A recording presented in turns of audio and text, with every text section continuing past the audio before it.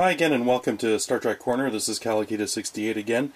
Today I'm going to be looking at the differences between the original series props compared to the new 2009 series. And I have three props to look at, three sets of props. The first one is the phasers, which is actually one of my favorites.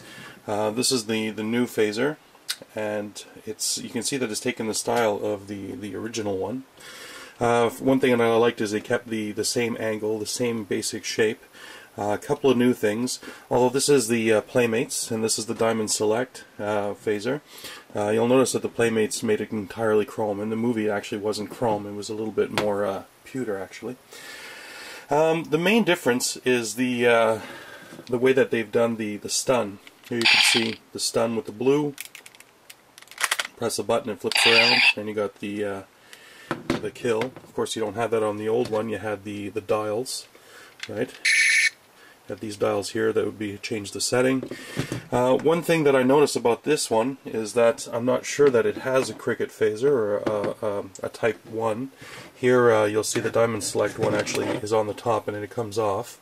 I'm not going to review this extensively because there's so many reviews out there unless someone wants to see something specific.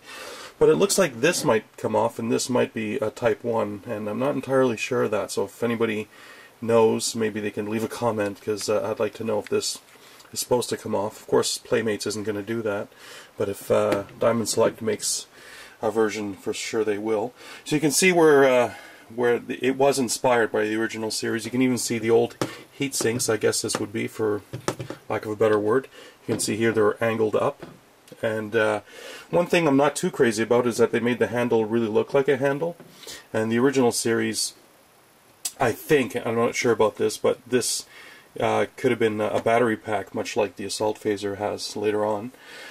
Certainly some manufacturers have made it that way. Moving on, we have the communicators. Everybody's familiar with this, I'm sure.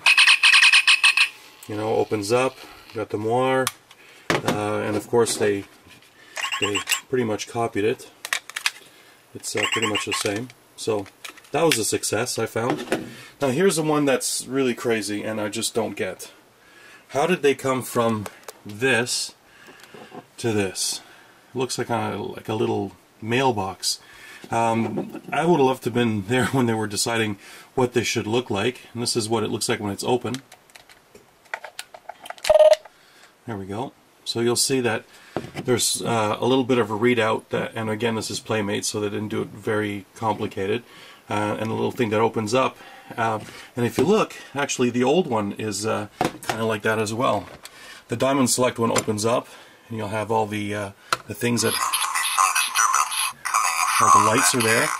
So this one, you know, this one really doesn't do all those things, which is a bummer.